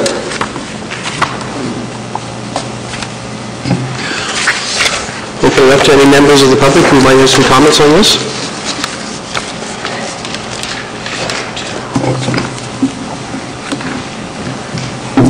Mr. Mayor and Council, just by way of some information for Council relating to the subject, I've been involved in the licensing and zoning of these facilities. And excuse me, sir, could you give us your name? I'm sorry. John McDermott, McDermott & Associates Limited. Thank you. Professional planner. I've been involved in licensing these facilities in other municipalities, their zoning and variance applications. And I think there may be a bit of astigmatism with this type of use. I just thought that I'd relay my personal experience. I'm not representing anybody on this, but my personal experience is that if you went and looked at one of these facilities, they're hospital-grade production laboratories. They're not some backroom facility. They're clean, they're articulate, their security is beyond reproach. I'm not advocating this, I think, but it's important to understand what you're dealing with here. I compared it in one case, our neighboring property, and in one instance that I got approvals was Patheon Pharmaceuticals. And the facility that we put in place was equivalent or a higher grade facility than a pharmaceutical company licensed in the province of Ontario. So the provisions in your report make sense to me from my perspective. The only question I have, and this would be what may affect my clients, would be in terms of the recommendations for the areas. The 150 is, as your planner has properly stated, is for heavy industrial uses. This is anything but a heavy industrial use.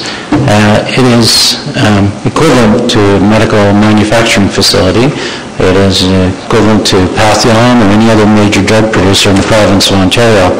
And you saw in the staff report the level of requirement in terms of security as well as air purification. So it would have to have a major failure in terms of mechanical operations for there to be any odors, and therefore from a defensive perspective of putting something forward, it would seem difficult to defend once you have all those proper facilities in place. They have inside in these facilities, they have incineration because of the waste streams they deal with. They're subject to scrubbers. It's quite a complex process, and I think it would be helpful not just to look at a bunch of regulations, but also to look at what the actual activity is. And the thought occurred to me that if you're going to proceed with an amendment to your bylaw, you do appreciate that once you pass your new zoning bylaw, if there are appeals filed against it, it is before the Ontario Municipal Board and you can't further amend it. So having said that, if you were to incorporate this proposal within your new comprehensive zoning bylaw you're bringing forward, it might avoid some major issues in terms of bringing amendments forward at a future date. So there's just some comments as a planner speaking to council, not advocating anything here obviously, but based on personal experience, I thought it might be helpful. Thank you, sir. Appreciate your inputs. none of us will admit to having any experience with this item. Not that type of experience. Any other speakers from the public on this particular matter?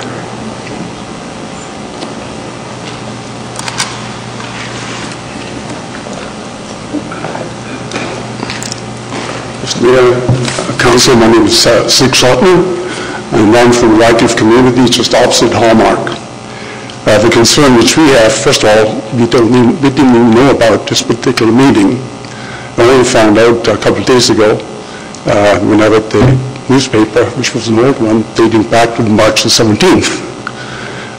When I came here and we got the details today, I contacted our president of the condo, and she wasn't aware of it.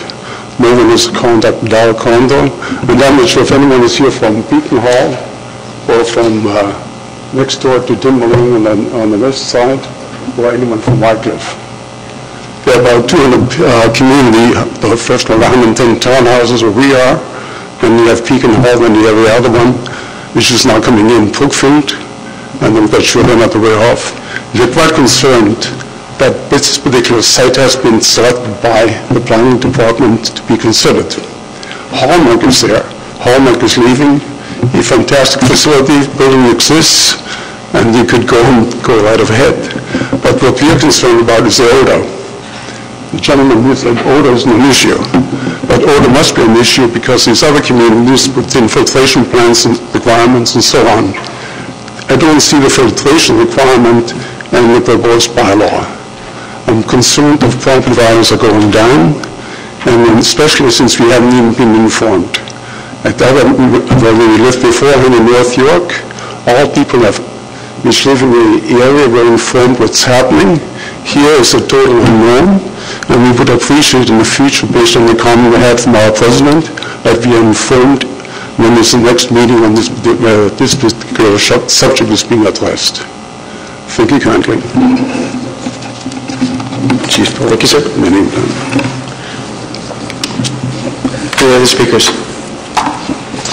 Mr. Miller, would you care to comment on that? There's really only one concern. Would you care to comment on that, please? Certainly, through Mr. Mayor, with respect to the notification, again, this is a town-initiated study, so town-wide review of our employment areas with respect to trying to identify potential locations for these type of facilities. So what we did do is we put ads in our both local papers. We've got also notice on our website. Moving forward, we will send out individual mailouts to anybody who's requested to receive future notification of when a report on this matter comes forward to committee and council in the future. Just clarification, as part of our study, we have identified 3 locations within our employment area, and the one location on the map is identified as location 1 being just east of Industrial Parkway. It was identified because it did meet the criteria with respect to the minimum separation distance from sensitive land uses, primarily residential. However, staff is not recommending that we include medical marijuana production facilities within this location. We are recommending that if council agrees to move forward in directing staff to implement a bylaw, that the location and provisions for medical marijuana production facilities should be directed towards location number 2 and 3, which are those areas within our future business parks east of Leslie Street. Thank you, Mr. Miller. Mr. Posto, could you, couldn't remember your last name there for a minute. Could you just talk to filtration and that type of issue, please? Thank you, Mr. Mayor. Absolutely.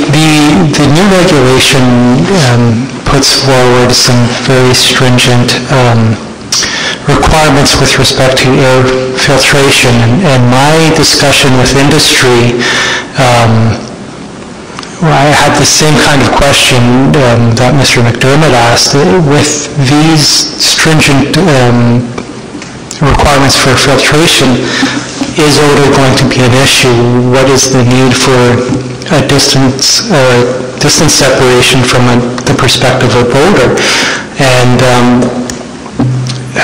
the response was, in order to safeguard against any malfunction, or if for some reason the equipment were to fail, the recommendation that they actually put forward was the 150 meters.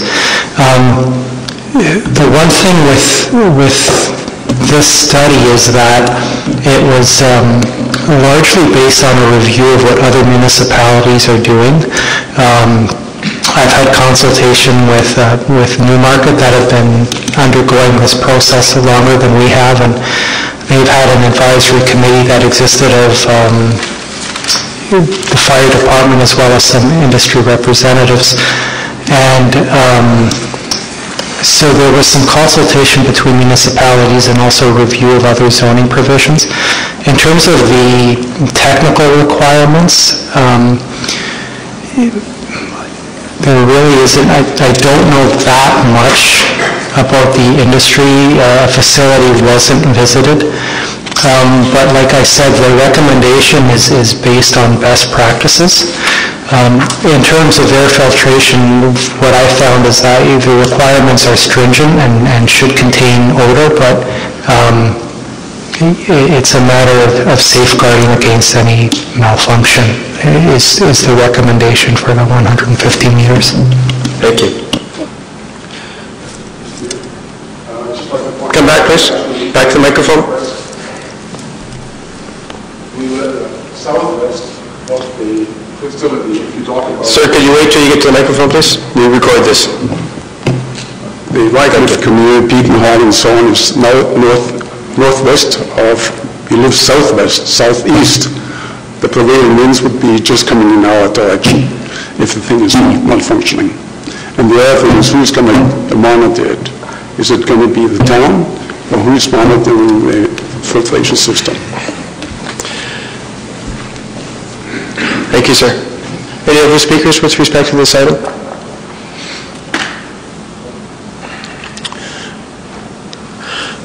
Mr. Reno, any comments before we put the motion on the floor? To you, Mr. Mayor, just one clarification. I'm not sure if I mentioned it earlier on. With respect to it's the Minister of Health that will license the commercial producers of these facilities, and that's in accordance with the federal marijuana for medical purposes regulations that were issued in 2014. So when they issue the licenses to these commercial producers, they're going to have to comply with the minister's regulations with respect to, as we've heard, the quality of their facilities, including the air filtration systems, any security systems.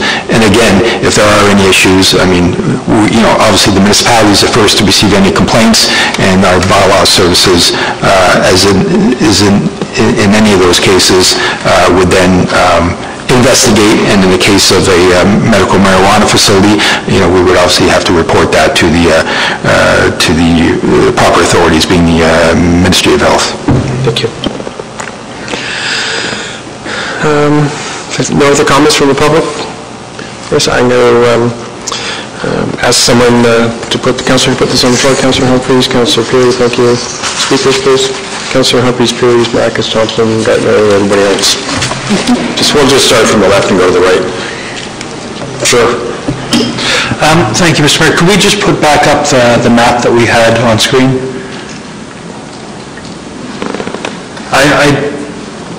I'm waiting for this screen to come. Okay, so I just wanted to point out, although number 1 has been identified as a potential site, the report says that we're not considering that moving forward.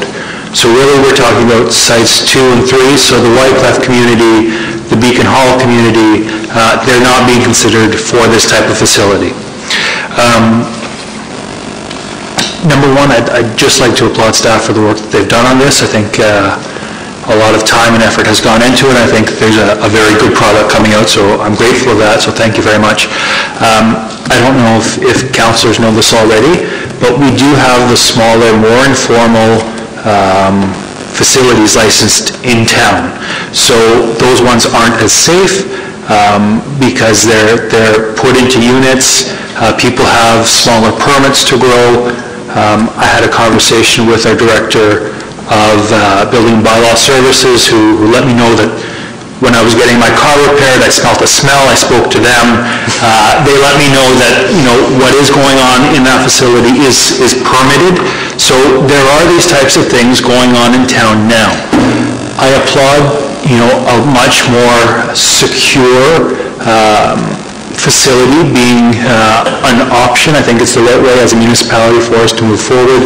There's more security, there's more safety, and to be honest, I really like the fact that York Region's police headquarters falls into number 2. So if we can put them as close to the headquarters as possible, I think that we would do a good job of detracting anybody who has some nefarious thoughts. So, Mr. Mayor, I think we've done some great work, and I just wanted to say thank you for that, and I'm very much in favor of regulating this, because if we didn't regulate it and we didn't have a policy in place, it would be very difficult for us to defend saying no to somebody who comes forward and says that they'd like to put it on Industrial Parkway. So I think, we're being proactive about this. We're setting out some solutions, some locations for, the chance that somebody wants to do this in Aurora. Thank you, Councillor Perry. I think we'd all like to know where you get your car fixed. Councillor Kim. Thank you, Mr. Mayor. Through you, Mr. Mayor, to Mr. Romero, what exactly is the definition of sensitive lands? Through you, Mr. Mayor, sensitive land uses are, essentially residential areas, schools,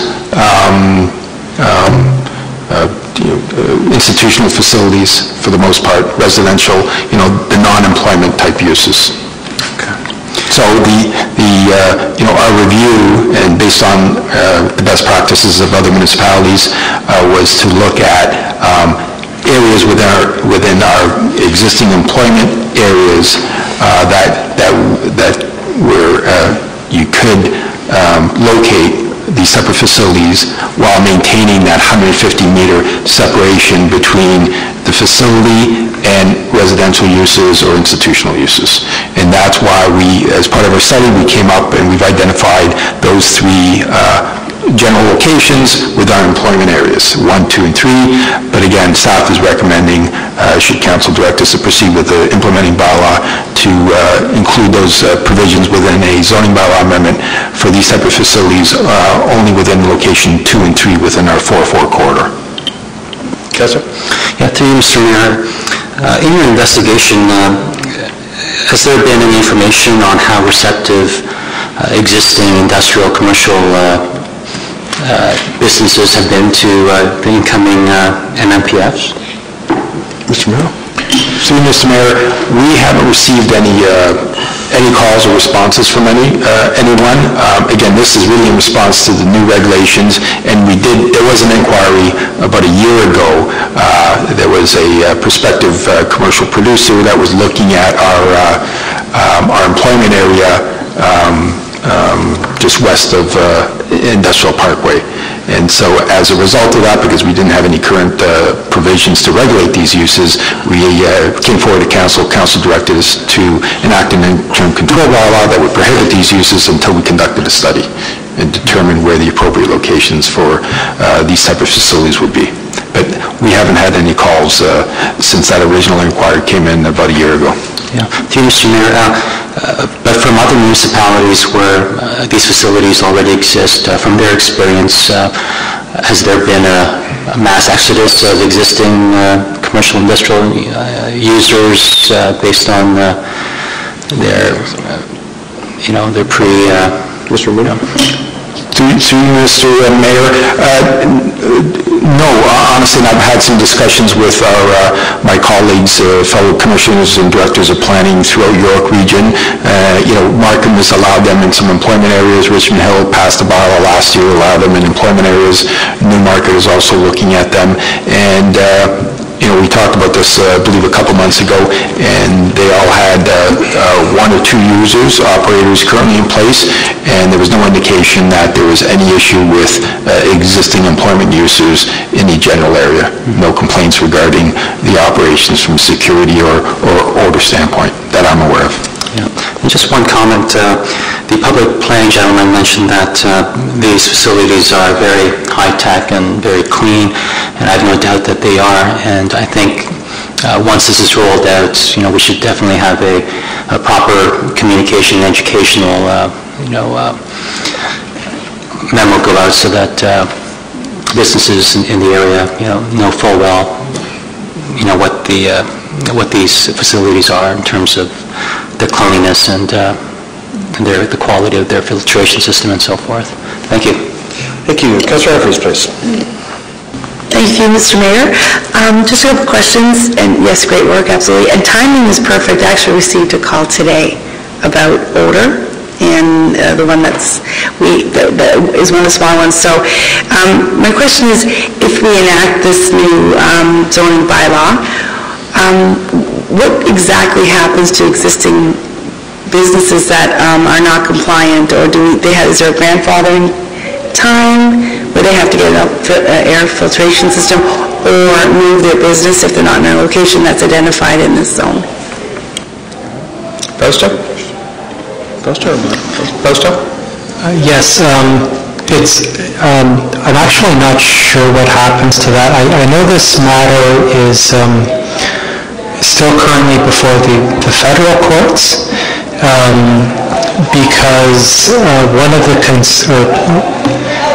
what the appeal was that from individuals that qualified before to grow marijuana in their homes, is that now that it would be in the hands of the pharmaceutical or commercial producers, that would take away their ability to access affordable medication.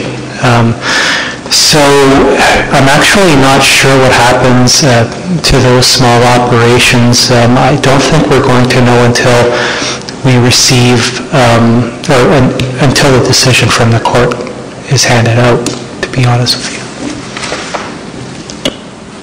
Sorry, through you, Mr. Mayor. So just to be clear, it's a business, it's not a personal home, it's a business in town. So when we do the zoning, so we make a zoning, what happens? Like, I'm not worried about the federal perspective, but do we tell them they need to move to a zoning area, or do we grandfather them, and how do we enforce it? Maybe that's a better perspective. How do we enforce it? Mr. Mueller, and I think Councilor Perry has some insight as well. Through you, Mr. Mayor, if Councilor Humphrey's question is what happens with the existing home-based facilities, good question. Don't really have an answer for you, but we will definitely look into that, and when we do report back, we'll provide council an update with respect to how the ministry is going to deal with those existing operators. But moving forward, any future bylaw that council enacts regulating these facilities within the employment area would be specific to new commercial operators that are licensed under the Minister of Health in accordance with their 2014 regulations. Councilor Perry, do you have some insight? So it's my understanding, and I hope to be either told I'm wrong if I'm providing the wrong information, that Health Canada had originally provided licenses for people to produce. With the new legislation that came into place, those licenses would have been revoked. So there's currently an appeal going before, I believe, the Supreme Court to allow the people, so there's currently a stay in place for the people who are growing under the old rules. And so depending on the outcome of the Supreme Court decision on the matter, if they're deemed to be now illegal, they'll be up and gone. And if they're deemed to have been legally created, it's my impression that they're grandfathered because it was a use that was allowed prior. So that's my impression and my understanding of it, but I hope to have a more fulsome response in future. Councilor Perry, for me, is that through FCM? Through your FCM connection? No, I like politics, and I tend to follow everything I can, Mr. Mayor. Okay. Thank you. Councilor Bruce. Mr. Mayor, if I can get clarification on that, just, if we could pursue that, that'd be great. That's perfect. And then just back to enforcement, quickly say the bylaw gets through, it goes to those areas. Will we be able to enforce, will there be inspections of the filtration systems? And if there are complaints of odor, do we have the authority to go through our own bylaw to make sure that they're being compliant? Mr. Mayor, my understanding is Health Canada will issue the license, so they will have to enforce any non-compliance. But again, if we're the first to receive complaints in the municipality, and we will definitely follow up, but I think our response would be to contact Health Canada and ensure that they enforce their regulations. And my understanding is that they issue those licenses, and their regulations are very, they're very stringent controls and requirements that need to be followed. Councilor? Councilor Abel? Thank you, Mr. Mayor. The Health Canada is the governing body, and we were told that the facilities have certain guidelines that must be met, like the air filters and all those sort of things. And Councillor Kim sort of alluded to that. If someone inquired, they might want to know exactly what it is and how it's run and how it's set up. Would we be able to direct them to Health Canada and say, this is what is outlined and this is what must be adhered to and they must comply with? Would that be the case? Mr. Mura or Fausto? Through Mr. Mayor, yes, and I think most of these commercial operators, their first stop is to speak to someone in Health Canada, and then they'll have an understanding of the regulations and the license requirements. But yeah, there is a website, and we can definitely refer any calls that we get to the appropriate contact. Okay, thank you. Councilor Thompson. Thank you. Can I ask that the proposed bylaw be put on the screen? That was in the presentation. Just in terms of the bullet points that they had talked about.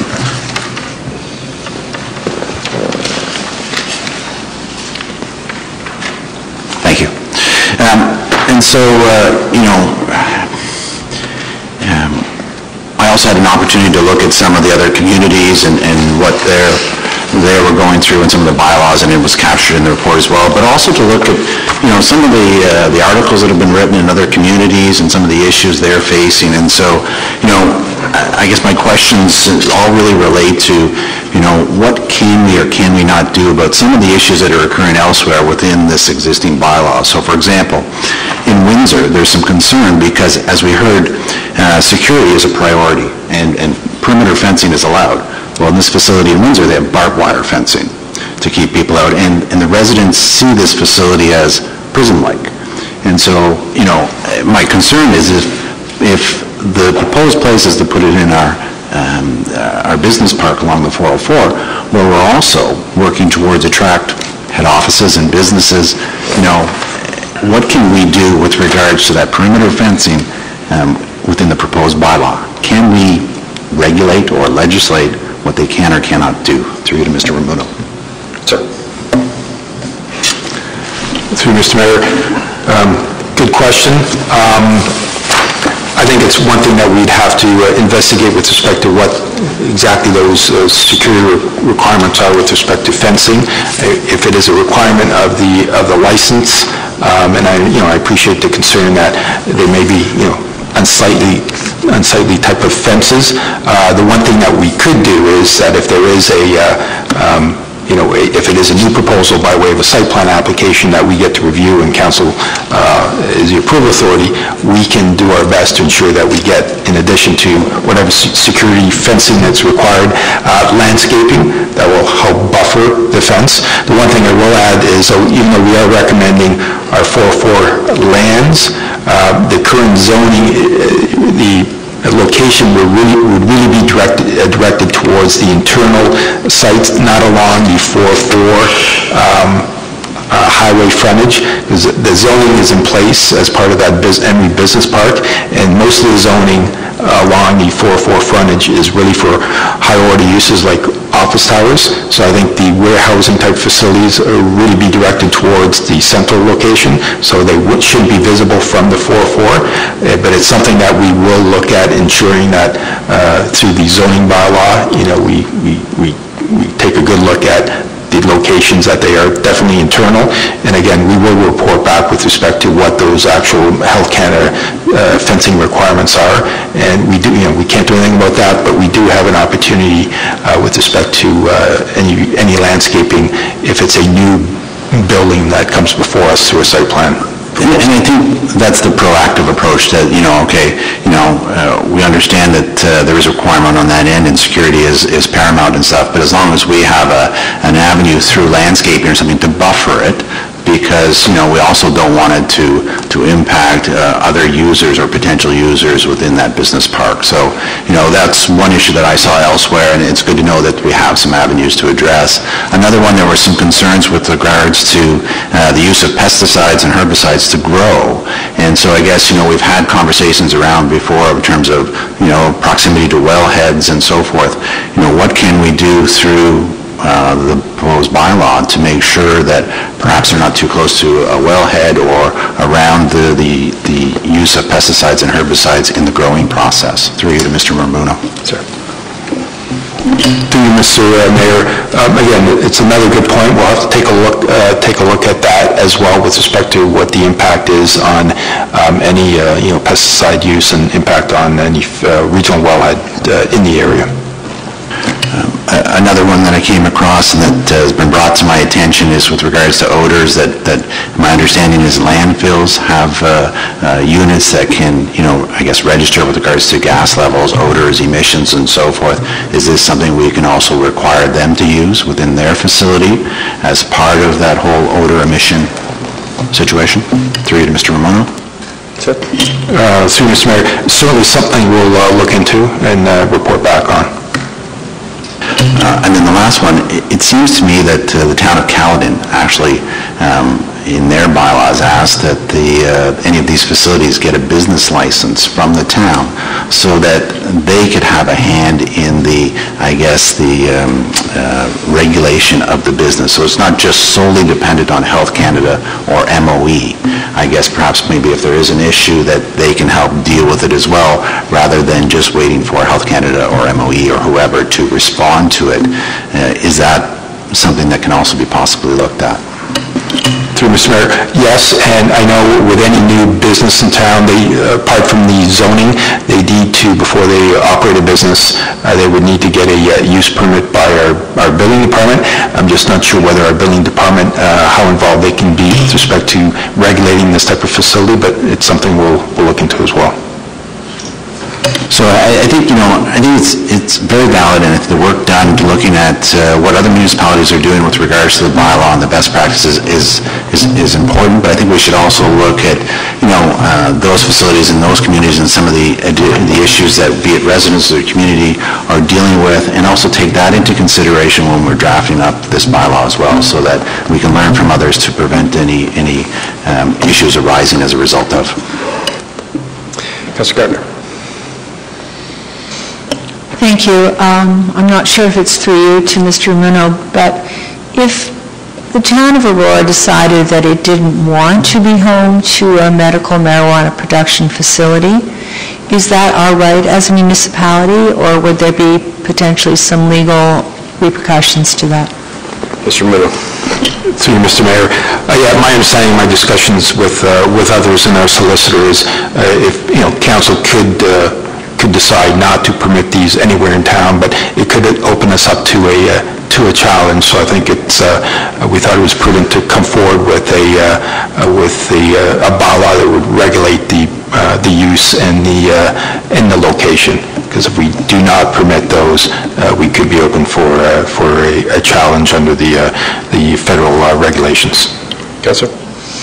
Thank you. And there's been a lot in the media, and I believe it to be true, about the importance and the validity and the use of medical marijuana.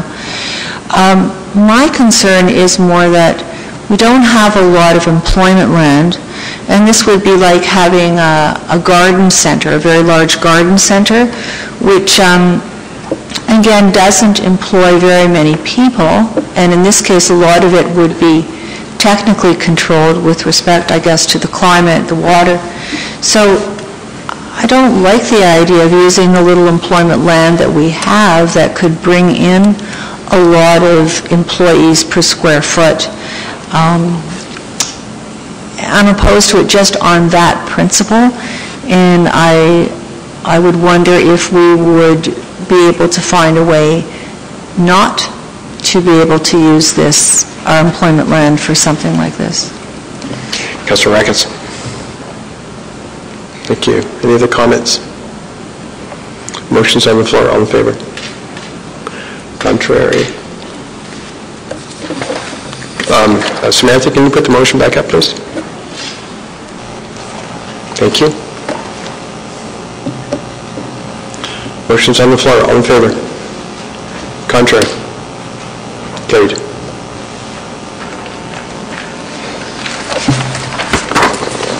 Confirming bylaw, please. Councillor Maracas, Councillor Kim, all in favor? Contrary? It's carried. Motion to adjourn, please. Councillor Maracas, Abel, all in favor? Contrary? That is carried. Thank you very much for coming out. Thank you to staff. Very efficient. Good, Good one on the...